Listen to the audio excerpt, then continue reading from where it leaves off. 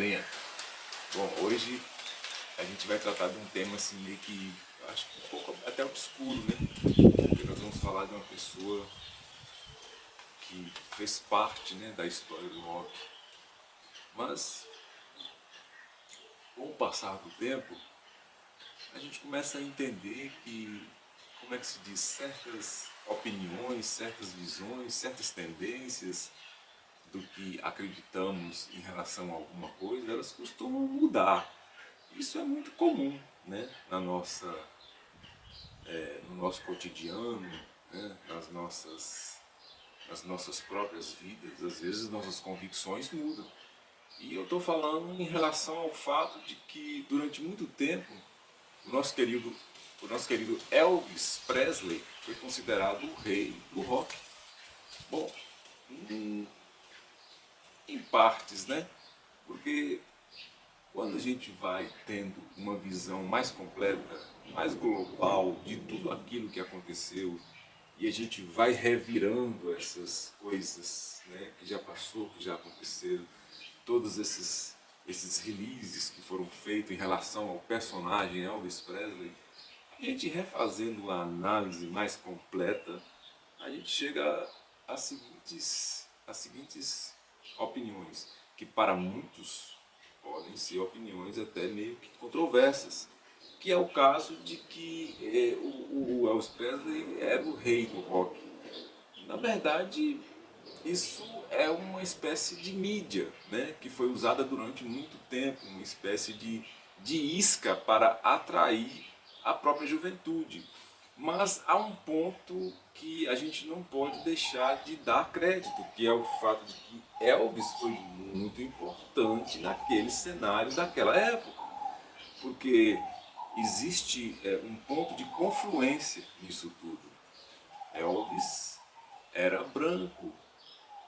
E naquela época, os Estados Unidos, início dos anos 50, o racismo era uma coisa, né, fora do comum. Em bares que iam pessoas negras, não poderiam entrar pessoas brancas, né, principalmente no sul dos Estados Unidos. O racismo é uma coisa muito séria. Então acontecia o seguinte, né, o mundo musical estava mudando, né? Havia uma nova corrente de estilo de música que estava sendo disseminada nos canais underground. Que são canais underground? São aqueles barzinhos onde a gente costuma dizer que era frequentado por pessoas de um baixo, não de um baixo nível, mas de um nível menos, economicamente falando, abastado. A gente pode dizer um pouco abaixo do que a gente chama de classe média. Então ali nesses lugares estranhos, onde as pessoas iam beber, pessoas estavam ali construindo um novo estilo musical. Esse estilo veio a se chamar rock and roll. E as pessoas que estavam ali construindo esse novo estilo eram pessoas de pele escura, negros, por assim dizer, né? Negros provenientes de bandas de jazz, não é isso? Bandas aquele estilo meio parecido com o jazz, que agora eu esqueci, uma espécie de jazz mais acelerado, mas depois eu recordo o nome, e cantores do tipo, cantores solos, né? Saxofonistas, guitarristas, bateristas, esses povos eles estavam ali naquele meio musical, que eram todos negros, né? O rock não era uma coisa que estava no sangue dos brancos, entendeu? E o Elvis, eu não sei por qual razão, eu acho que eu poderia ser até um despropósito da minha parte falar que ele se aproveitou disso, né, para se lançar. Eu acho que não, eu acho que foi até natural, na verdade, né, o fato dele querer, como é que se diz, tentar passar uma mensagem com aquele estilo musical. E talvez ele sentiu como se diz, ele sentiu uma simpatia, né, uma empatia, e aquilo fez com que ele alcançasse os palcos. Aí ocorreu aquela linkagem. O cara era branco, né? O cara tinha, ele tinha um perfil que a gente costuma hoje, o perfil que a gente costuma hoje dizer que seria uma espécie de garoto propaganda, né?